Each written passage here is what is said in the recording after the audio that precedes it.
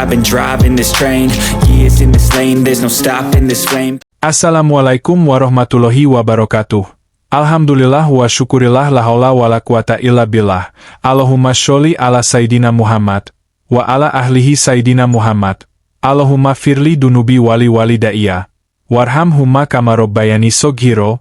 Rabbis rohli shoderi wa yasirli amri wahlul uqdatam min lisani yafqahu qawli. Hai sobatku semua, welcome back to my channel. Tahukah sobatku semua jikalau Jack Miller mengungkit fakta mengejutkan tentang MotoGP 2025?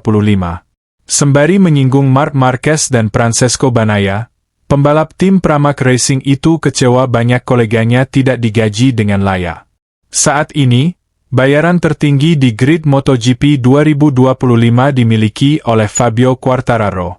Pembalap tim pabrikan Monster Energy Yamaha itu dibayar 12 juta euro, setara 229 miliar rupiah, per tahun.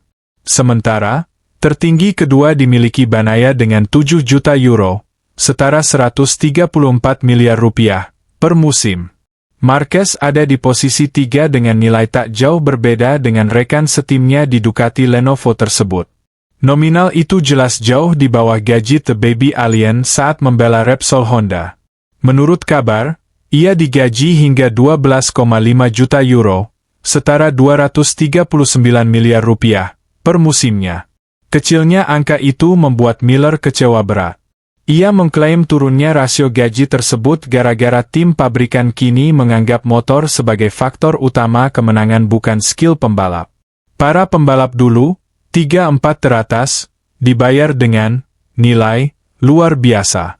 Sekarang, rookie bahkan pembalap yang sudah jadi termasuk saya, dibayar dengan jumlah kecil untuk memaksa balapan atau keluar, keluh Miller. Satu-satunya cara untuk mendapat gaji lebih besar adalah dengan melakukan sesuatu berbeda.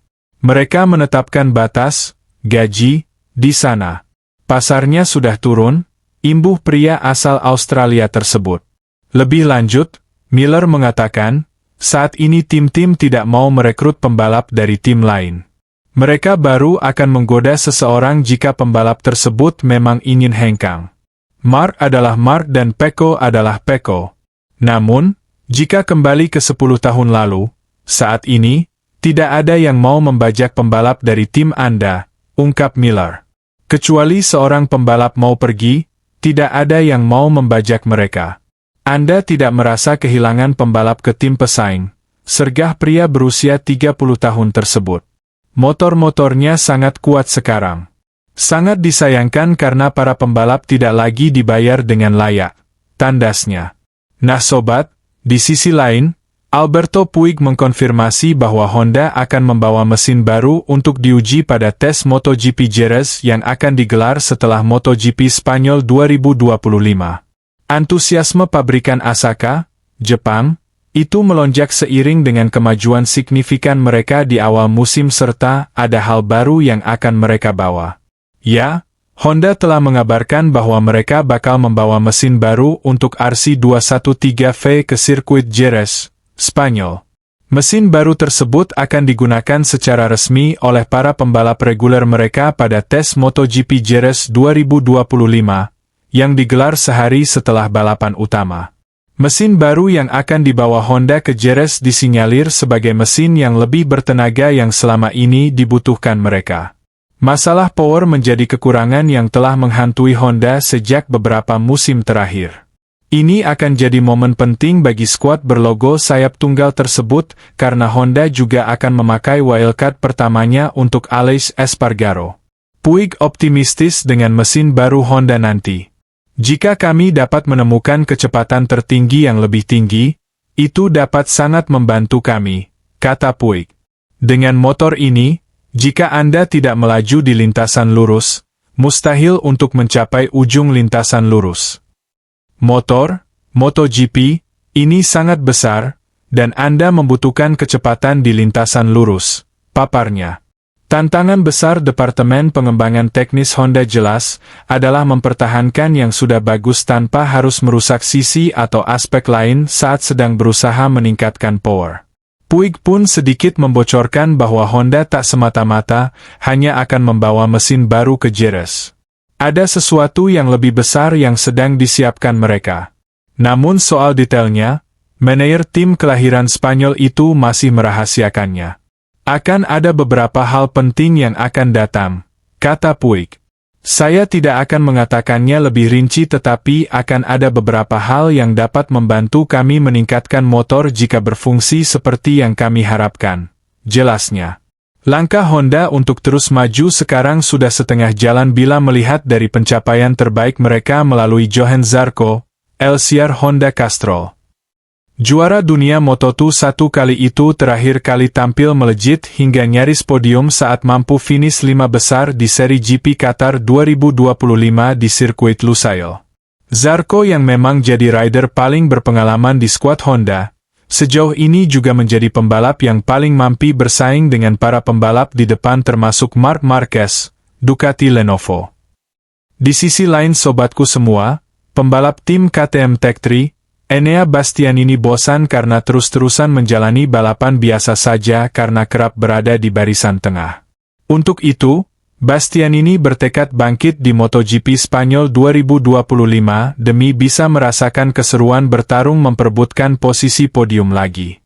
Ya, pasang surut tengah dirasakan Bastianini bersama tim barunya, KTM Tech3. Namun, perlahan ia mulai mengenal motor RC16 milik KTM, sehingga ia makin optimis bisa bersaing memperebutkan podium. Dalam MotoGP Thailand 2025, Bastianini menempati posisi ke-9. Lalu edisi Argentina berada di peringkat ke-17 dan di seri Austin bercokol di posisi ke-7. Sementara itu, dia menempati posisi ke-11 dalam MotoGP Qatar 2025.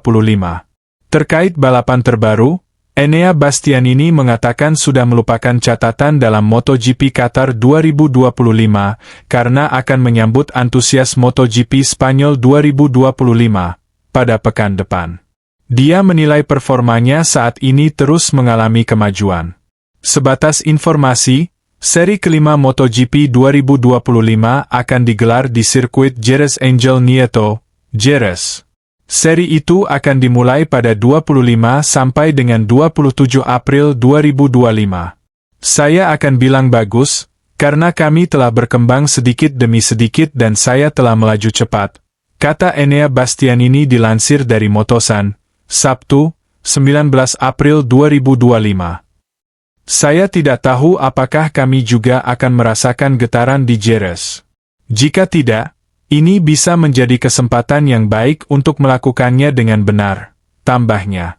Pembalap asal Italia itu mengatakan akan terus berbenah diri untuk menatap MotoGP Spanyol 2025. Pasalnya, dia ingin mendapatkan hasil lebih baik dari seri-seri sebelumnya. Ada beberapa hal yang perlu diperbaiki dalam waktu dekat.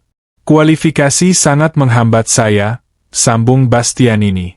Jadi, saya harus memperbaikinya untuk menghindari balapan yang biasa-biasa saja. Aspek lain yang masih kurang adalah penyempurnaan, lanjutnya. Nah sobatku semua, sampai juga kita di ujung video ini, like video ini, share di media sosial kalian semua, subscribe dan nyalakan lonceng notifikasinya. Robbana atina fid dunya hasanah wa fil akhirati hasanah wa qina adzabannar. Akhirul kalam, assalamualaikum warahmatullahi wabarakatuh.